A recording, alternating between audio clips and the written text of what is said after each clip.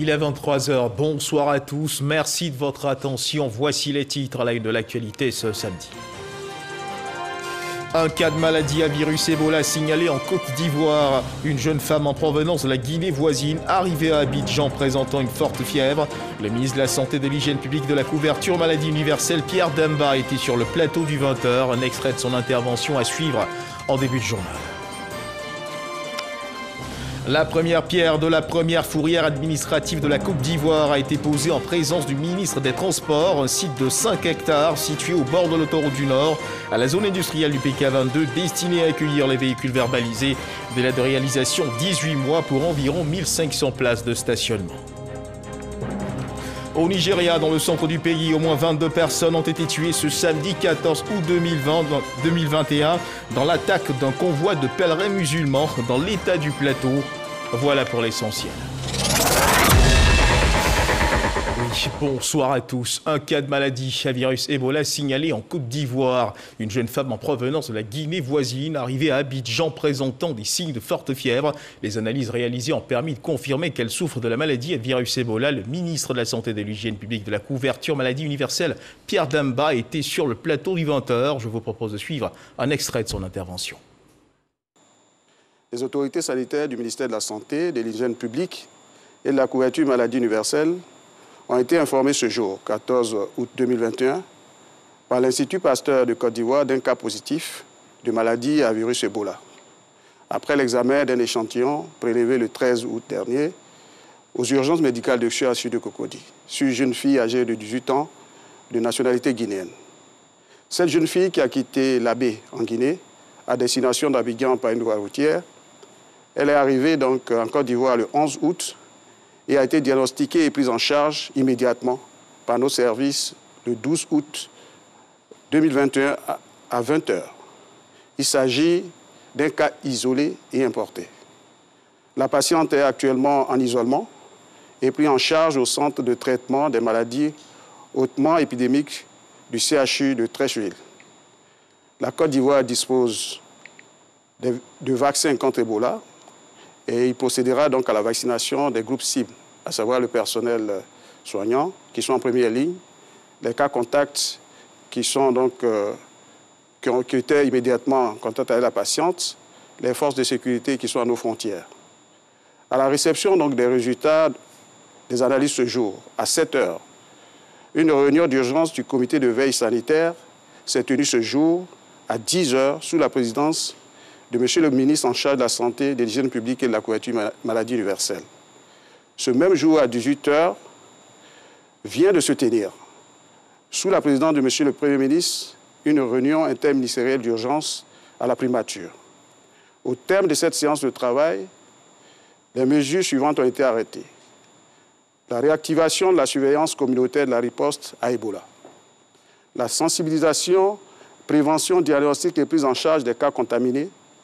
L'organisation donc du suivi de tous les cas contacts identifiés, la vaccination immédiate des groupes cibles, le respect des directives pour le diagnostic et la prise en charge des fièvres hémorragiques, la poursuite du strict respect des mesures barrières dictées contre la Covid qui reste valable pour la maladie à Ebola et le virus Ebola, la collaboration frontalière intense avec la Guinée et la mise en œuvre des procédures standards de règlement sanitaire international.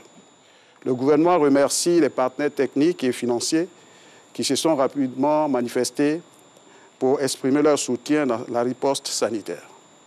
Le gouvernement rassure les populations et les invite à la sérénité. Toutes les dispositions sont prises pour faire face à cette situation. Le dispositif sanitaire pour le contrôle de la maladie existe et a été éprouvé par le passé. Le gouvernement invite les populations au strict respect des mesures d'hygiène et de prévention. La Côte d'Ivoire vient d'enregistrer son premier cas avéré d'Ebola. Comment est-ce que ce cas avéré a pu se confirmer, surtout qu'au niveau des frontières, les frontières terrestres sont encore fermées? Oui. Alors, ce qu'il faut dire, c'est surtout la rapidité de détection. Ça montre que notre système sanitaire est assez robuste. Figurez-vous que cette jeune fille qui a traversé la frontière par des chemins détournés est arrivée en Côte d'Ivoire, je l'ai dit, hein, le 12 à 20 h. Automatiquement, quand nos services de santé ont constaté une fièvre anormale, elle a été adressée donc, au CHU de Cocody, qui l'a prise en charge. Et un isolement a été fait et l'Institut Pasteur a été invité à faire donc, les tests nécessaires, qui prennent un peu de temps. Et ce matin, à 7 h, lorsque nous avons eu les résultats, nous avons pris les dispositions nécessaires pour identifier tous les cas contacts. C'est-à-dire, toutes les personnes qui ont voyagé avec cette dame ont été traquées. Et aujourd'hui, nous disposons donc des vaccins pour que ces personnes soient protégées. Fort heureusement que cette maladie dispose aujourd'hui des vaccins. D'accord. Dites-nous comment on contracte cette maladie et quels sont les symptômes concernant Ebola. Oui, mais les symptômes d'Ebola, c'est la fièvre, c'est les vomissements, c'est les hémorragies. Mais on l'a rappelé maintes fois, il faut arrêter donc, de manipuler les animaux vivants ou sauvages. Mais surtout, c'est le contact avec les personnes malades qui peuvent donc vous donner cette maladie, par la sueur, par le sang, en touchant. Donc, voilà pourquoi il faut, donc, comme on l'a dit, observer les mesures d'hygiène. Donc, se laver les mains régulièrement et puis éviter d'être en contact lorsque vous savez que quelqu'un est malade et que vous n'avez pas le diagnostic réel à partir des symptômes que vous observez. Voilà, à l'instant, le ministre de la Santé et de l'Hygiène publique de la couverture maladie universelle. Et la Côte d'Ivoire, comme plusieurs pays, tous les pays du monde, qui est engagé dans un autre combat, celui contre la Covid-19. Chaque jour, de nouveaux cas de contamination sont enregistrés, assure l'évolution de la maladie.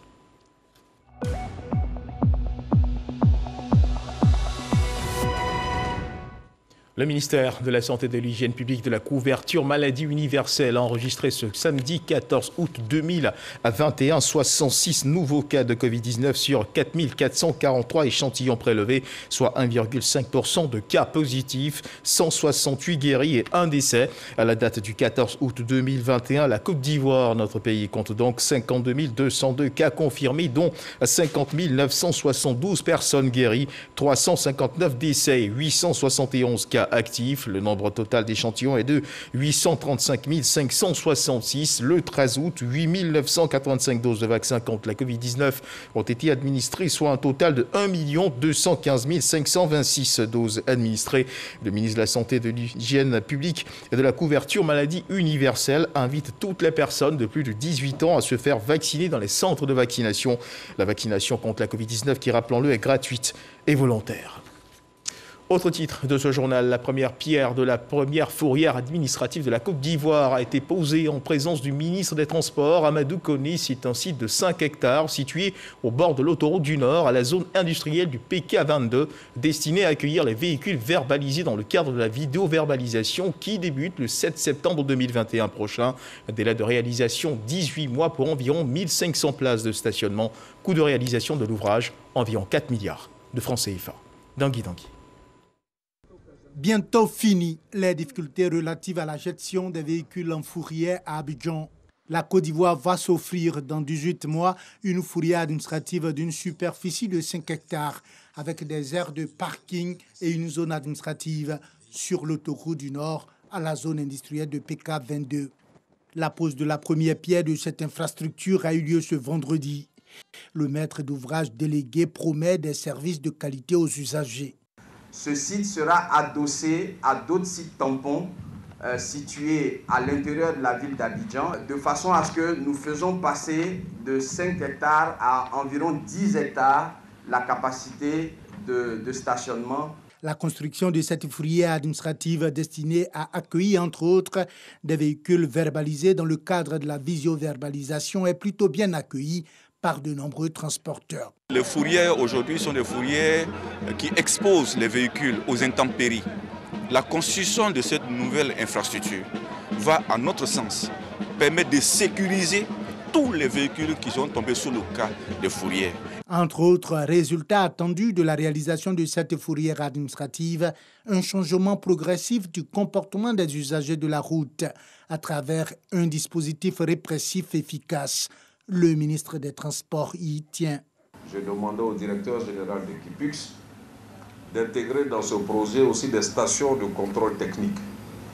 Parce que tous ceux qu'on prendra qui n'ont pas le contrôle technique et qui seront amenés ici devront avoir leur contrôle technique sur le site avant de sortir. La construction de cette fourrière administrative de plus de 1500 places de stationnement va coûter environ 4 milliards de francs CFA et s'inscrit dans la stratégie nationale 2021-2025 de la sécurité routière, dont la phase de répression commence le 7 septembre prochain. Dans la région du Poro, précisément à Korogo, le comité local de lutte contre l'insécurité routière a été installé. Les précisions de Kwadio Kwame. Selon l'OMS, l'Organisation mondiale de la santé, les accidents de la circulation constituent la première cause de mortalité des populations de 5 à 29 ans. Les statistiques du ministère des Transports ces 5 dernières années indiquent que la Côte d'Ivoire compte plus de 12 000 accidents corporels occasionnant plus de 1200 décès et plus de 21 000 blessés pour une perte d'environ 3% du produit intérieur brut chaque année. À travers une vaste campagne de sensibilisation sur la sécurité routière, le ministère des Transports s'est engagé à faire baisser de 50% le nombre d'accidents graves et les pertes en vie humaine enregistrées sur les routes ivoiriennes. D'où la mise en place des comités locaux de sécurité routière. Après la région des Lagunes, le ministre des Transports Amadou Kone, qui avait à ses côtés Amadou Koulibaly, ministre de la Communication, des médias et de la francophonie, procède à l'installation du comité de sécurité routière de la région du Poro. Ce comité aura la charge de mener des actions d'information et de sensibilisation de proximité en vue de lutter efficacement contre l'incivisme routier. Au cours de cette cérémonie d'installation, les membres du gouvernement ont invité les populations à faire preuve de prudence et de civisme sur les routes. Face à tout ceci, au niveau national, le président de la République, son Excellence M. Alassane Ouattara, a décidé d'approuver une stratégie nationale de sécurité routière dans le but de réduire d'ici 10 ans le nombre d'accidents graves de 50%. Parce que si nous ne le faisons pas, dans 10 ans, nous aurons un peu plus de 3000 décès sur nos routes. Après l'installation du comité local de sécurité routière de la région du Poro, le ministre Amadou Kone a procédé à l'ouverture du bureau régional de l'Office de sécurité routière et offert au bureau des engins roulants. À l'instar de Korogo, les comités locaux de sécurité routière ont été installés dans plusieurs grandes villes du pays. Et la lutte qui s'intensifie également contre les circulations faux médicaments. L'antenne régionale de la direction de la police des stupéfiants et des drogues de la ville de Mans vient de faire une importante saisie de médicaments de qualité inférieure et falsifiés dans cette ville. Plus de 6 tonnes saisies au cours d'une opération de ratissage. Les explications d'Evoué. Plus de 6 tonnes de médicaments de qualité inférieure et falsifiés saisis par l'antenne régionale de la direction de la police des stupéfiants et des drogues DPSD de Mans. Une saisie qui s'est opérée à Mans grâce à une information anonyme. Dans la nuit du 7 au 8, on a lancé une opération de ratissage dans toute la ville de Mans, que ce soit tout ce qui est médicaments contrefaits et également dans la répression des différents types de drogues. Au cours de nos patrouilles de nuit, nos éléments ont intercepté un camion en provenance de Touba et précisément au carrefour Zélé. La fouille minutieuse du camion a permis de constater que les produits prohibés étaient dissimulés sous des denrées alimentaires. Après avoir avisé maintenant le procureur de la région, ordre nous a été donné de saisir ces produits que vous voyez ici présents et de libérer les denrées alimentaires qui ne sont pas sous l'effet de la répression. Ces produits seront incinérés plus tard sur instruction du procureur de la République. Il faut dire que depuis sa prise de fonction à la tête de l'antenne régionale de la DPSD de Mans le 29 décembre 2020, le commissaire de police de 2e classe, Béoufans Irima, et ses éléments ont saisi ultérieurement plus de 22 tonnes de produits prohibés, dont des médicaments et de la drogue. Ces produits ont été incinérés récemment. Un autre coup de filet de la DPSD de Mans. Un individu qui cultivait le cannabis vient d'être interpellé à Guné, dans le département de Biancouma. 600 plants de 60 cm à 2 mètres de hauteur dissimulés dans son champ de cacao situé sur les flancs des montagnes ont été déterrés. L'antenne régionale de la DPSD de Mans couvre les régions du Tonkoui, du Kémon et du Bafing. Cette antenne a grand besoin de personnel et de matériel roulant pour être encore plus efficace. Et loin des filets de la DPSD de Mans, parlons de cohésion nationale. La Fédération estudiantine et scolaire de Côte d'Ivoire, la FESI, ainsi que le Rassemblement des jeunes pour la démocratie et l'appel RJDP viennent d'exposer leur volonté d'accompagner les actions du ministère de la Réconciliation et de la Cohésion nationale. Ils ont eu une rencontre avec le ministre chargé de la Réconciliation nationale, Kouadio Konambertin, Walter Amadou Ouattara. Kouadio Konambertin, Odjet Yakore, Bleguiraro, Karamoko Yayoro, Yao Séraphin et Noël Diomandi. Ces 6 personnes représentaient les associations de jeunesse des partis politiques en Côte d'Ivoire dans les années 90 à 2000. Elles ont à leur actif la création du Rassemblement des jeunes pour la démocratie et la paix, RJDP. Ces membres du RJDP sont venus saluer la nomination du ministre Kouadio Konambertin au poste de ministre de la Réconciliation et de la Cohésion nationale. Également, affirmer leur engagement à soutenir le ministre dans sa mission. Nous qui avons lutté hier, quel pas nous prenons dans le processus de réconciliation? Moi, je suis venu dire clairement que mon parti, l'UDPCI, est dans le train de la réconciliation et nous ferons en sorte que, évidemment, là où on parle de réconciliation, de paix, de cohésion, nous serons là pour lui apporter notre soutien, comme l'a indiqué le président du parti, le Dr Mabré. Je voudrais dire merci à son Excellence, M. Alassane Ouattara, président de la République de Côte d'Ivoire, qui a bien voulu nommer notre ami et frère, qu'on nous appelle affectueusement Kakabe, comme ministre de la Réconciliation. C'est une tâche gigantesque. Mais nous serons à ce côté. À la suite du Rassemblement des jeunes pour la démocratie et la paix, la Fédération estudiantine et scolaire de Côte d'Ivoire, FESI, a partagé sa vision pour une contribution à la consolidation de la dynamique de paix déjà amorcée par le président de la République, Alassane Ouattara. Le choix de l'autre, ça ne doit pas impacter sur les relations. Ça doit être des débats d'idées désormais. Au lieu qu'on voit des jeunes avec des machettes, nous sommes en train d'élaborer un chronogramme pour sensibiliser tous les élèves et étudiants de Côte d'Ivoire. Le ministre de la Réconciliation et de la Cohésion nationale a apprécié à sa juste valeur ces différents soutiens qui lui ont été exprimés. Tous comprennent la nécessité justement d'aller à la paix, la réconciliation et de faire en sorte de consolider le climat de paix, tel que boosté par nos dévanciers. Vous avez vu la rencontre qu'il y a eu entre le président de la République et l'ancien président, le président Laurent Gbagbo. Ce sont des choses que les jeunes souhaitent voir. Un horizon de paix, un horizon de construction de soi-même, de la nation. Et cela ne peut se faire que dans la cohésion, dans la paix, dans la concorde. Je suis heureux que les étudiants de la FESI, singulièrement, viennent prendre toute leur place et leur part dans ce vaste processus. À ces différentes rencontres, le ministre Kouadio Konambertin a indiqué que la recherche perpétuelle de la paix doit être l'affaire de tous sans distinction. En politique, les femmes du quartier Sonitra dans la commune d'Abobo se sont rassemblées pour rendre hommage au président de la République Alassane Ouattara. Réunies au sein de la Fédération des associations des femmes d'Abobo, elles ont traduit leur reconnaissance pour les actions de développement initiées par le chef de l'État, un moment de joie et de partage que nous traduit Laure Goretti et Sidonie Davila. Les femmes du quartier Sonitra dans la commune d'Abobo rendent hommage au président de la République Alassane Ouattara. Elles se réjouissent des actions du chef de l'État en faveur du développement de la Côte d'Ivoire et surtout pour l'autonomisation des femmes. Le président a fait beaucoup pour la Côte d'Ivoire, l'autonomisation des femmes surtout.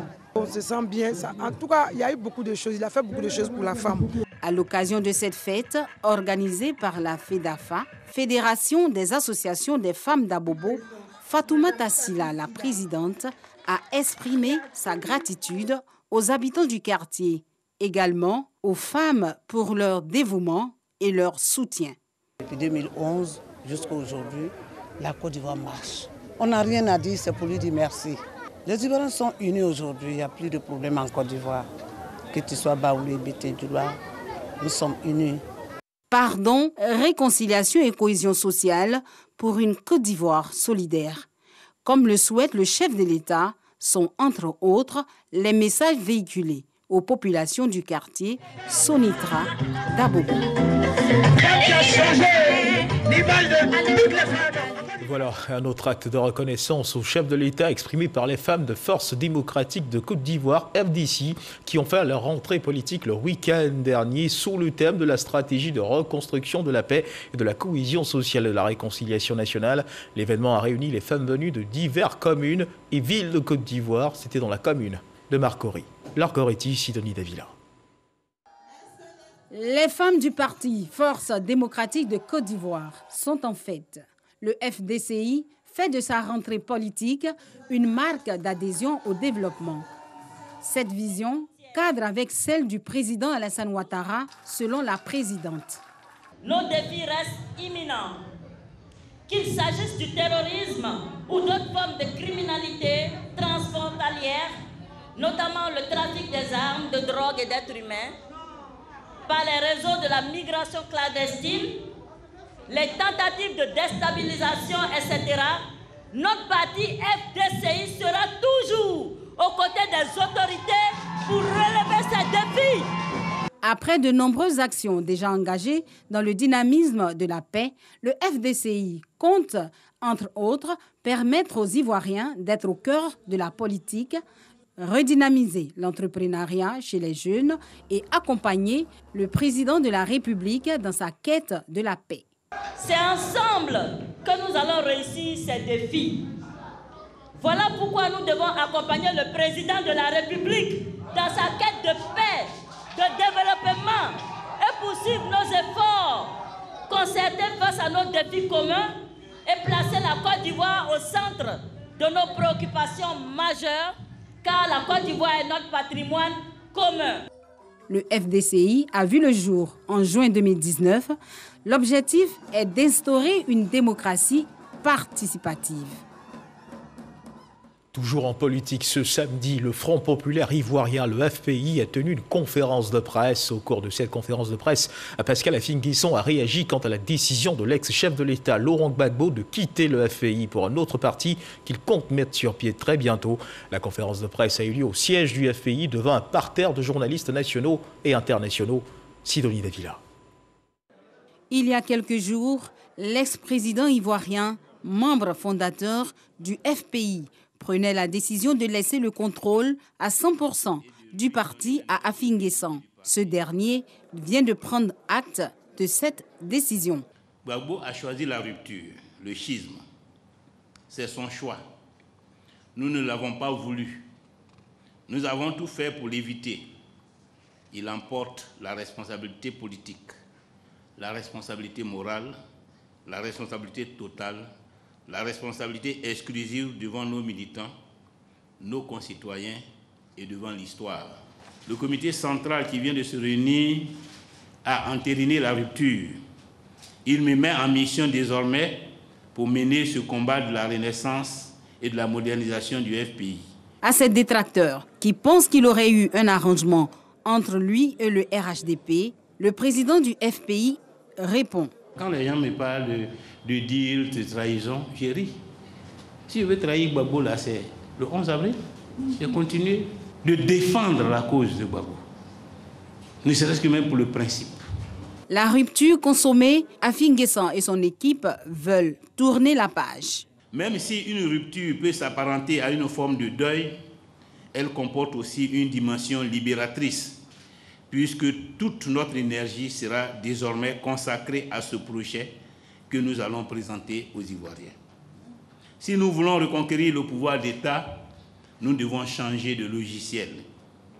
Dans cette nouvelle page de l'histoire du FPI, nous sommes désormais dépositaires de l'héritage, de l'histoire, des valeurs de la gauche.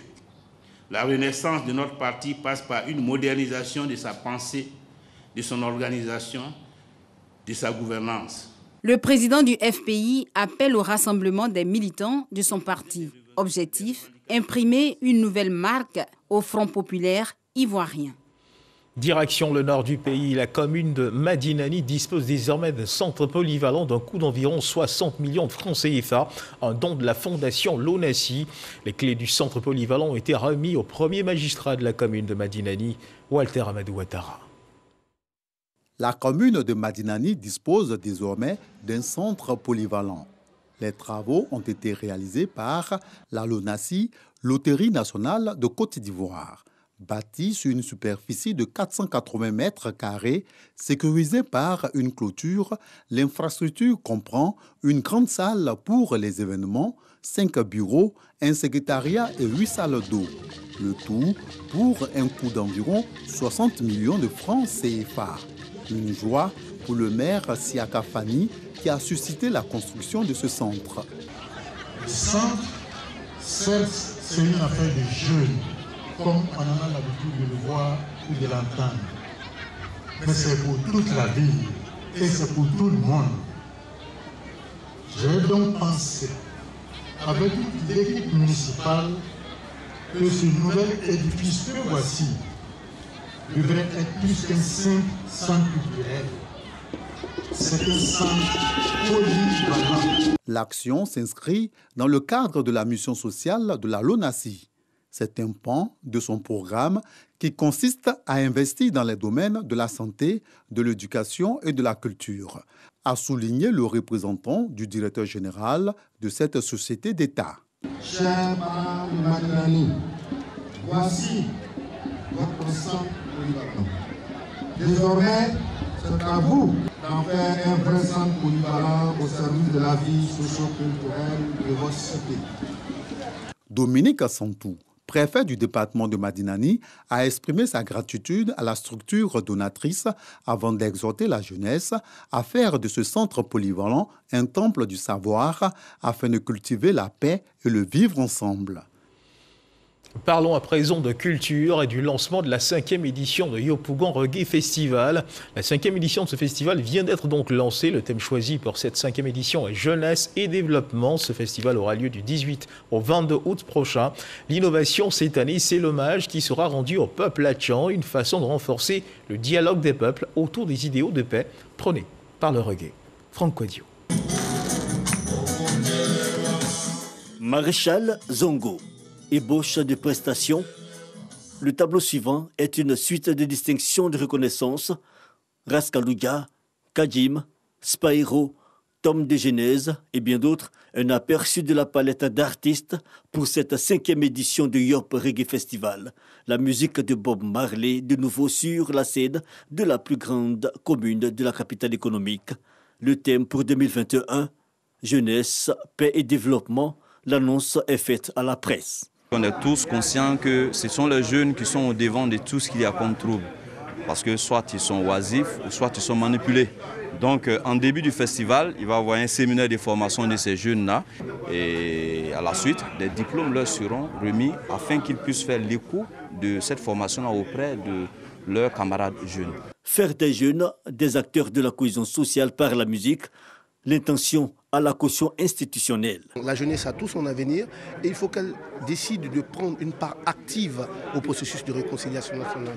La jeunesse doit s'approprier le processus de réconciliation nationale. Le reggae, mais aussi d'autres influences musicales et l'innovation cette année. L'hommage au peuple hatchan. Pour les artistes, l'opportunité vaut son pesant d'or. Et quand on sait l'actualité de notre pays, on va dire que cette 5e édition du Yop Reggae Festival arrive à point nommé justement pour essayer d'inscrire un peu plus dans les esprits et dans les cœurs ces germes de paix, d'amour et de fraternité. Yop Reggae Festival, de la musique, mais aussi des spots typiques. Boula, ce sont des roquettes verbales qui adressent à toute autorité d'être digne, d'être clair pour pouvoir mieux connaître son peuple. Boula. Cette année, l'événement aura lieu du 18 au 22 août prochain avec un point d'orgue, un concert suivi le dernier jour d'un parcours touristique. Rendez-vous est donc donné à tous les reggaephiles. Dans l'actualité internationale au Nigeria, ce qu'il faut savoir, c'est qu'au moins 22 personnes ont été tuées ce samedi 14 août dans l'attaque d'un convoi de pèlerins musulmans dans l'état du Plateau, c'est dans le centre du pays. C'est sur cette information que se referment les pages de cette édition. Merci de nous avoir suivis. Agréable fin de soirée. Dieu garde la Côte d'Ivoire.